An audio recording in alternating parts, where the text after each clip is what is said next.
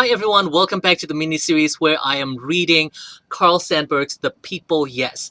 And for today's look, makeup is inspired by Maxi Glamour, and the outfit I am wearing, this headpiece and this bra, are made by Daphne Always. It's actually a three-piece. These are the panties, but I am at home so I am not wearing pants. Before we start, here's a little PSA on how important it is to stay in.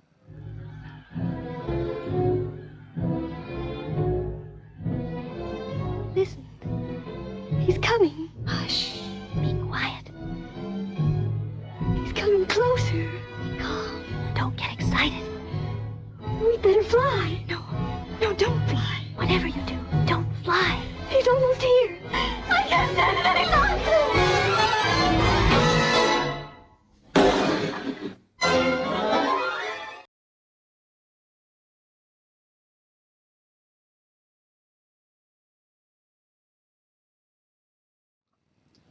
9.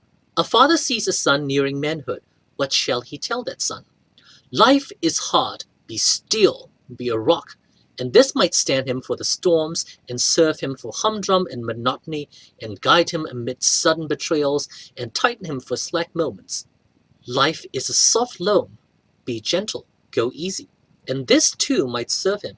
Brutes have been gentled where lashes failed. The growth of a frail flower in a path up has sometimes shattered and split a rock. A tough will counts. So does desire. So does a rich, soft wanting. Without rich wanting, nothing arrives.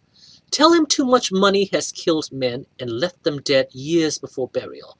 The quest of lucre beyond a few easy needs has twisted good enough men sometimes into dry, thwarted worms. Tell him time as a stuff can be wasted.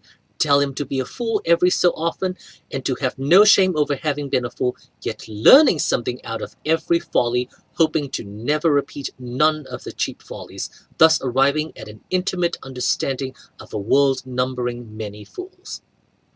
Tell him to be alone often and get at himself, and above all tell himself no lies about himself, whatever the white lies and protective fronts he may use amongst other people.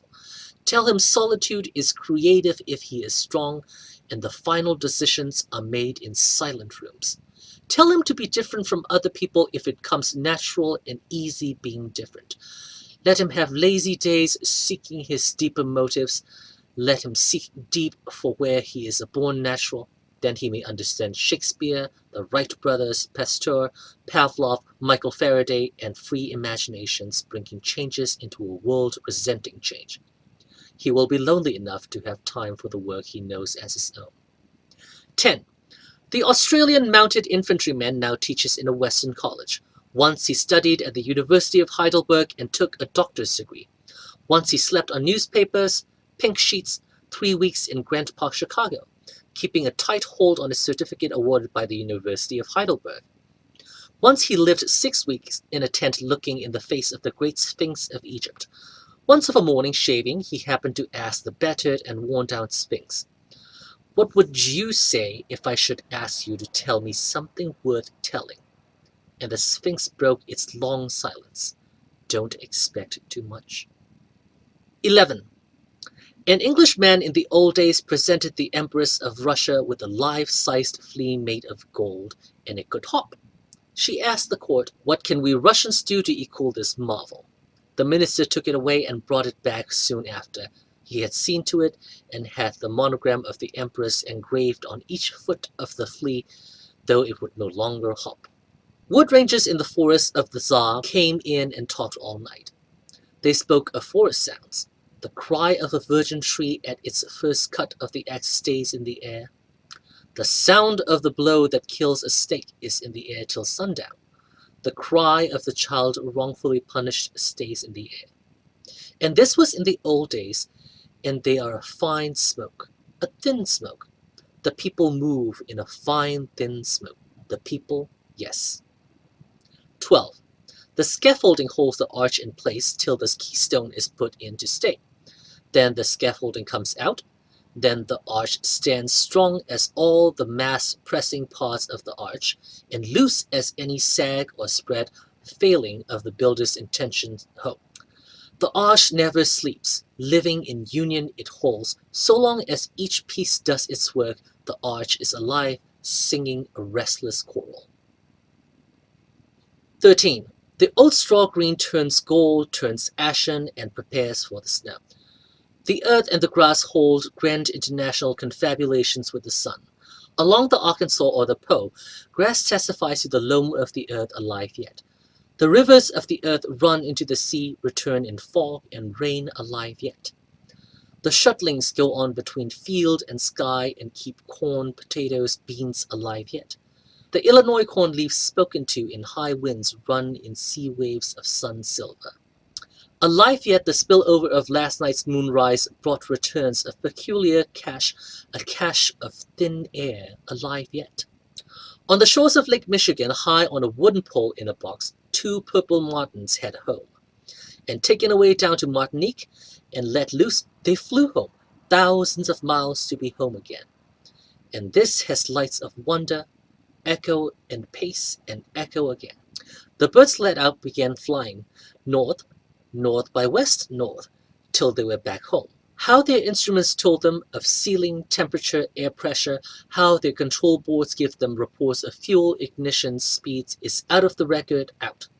Across spaces of sun and cloud, in rain and fog, through air pockets, wind with them, wind against them, stopping for sustenance rations, whirling in gust and spiral, these people of the air, these children of the wind, had a sense of where to go and how to go north, north by west north, till they came to one wooden pole, till they were home again.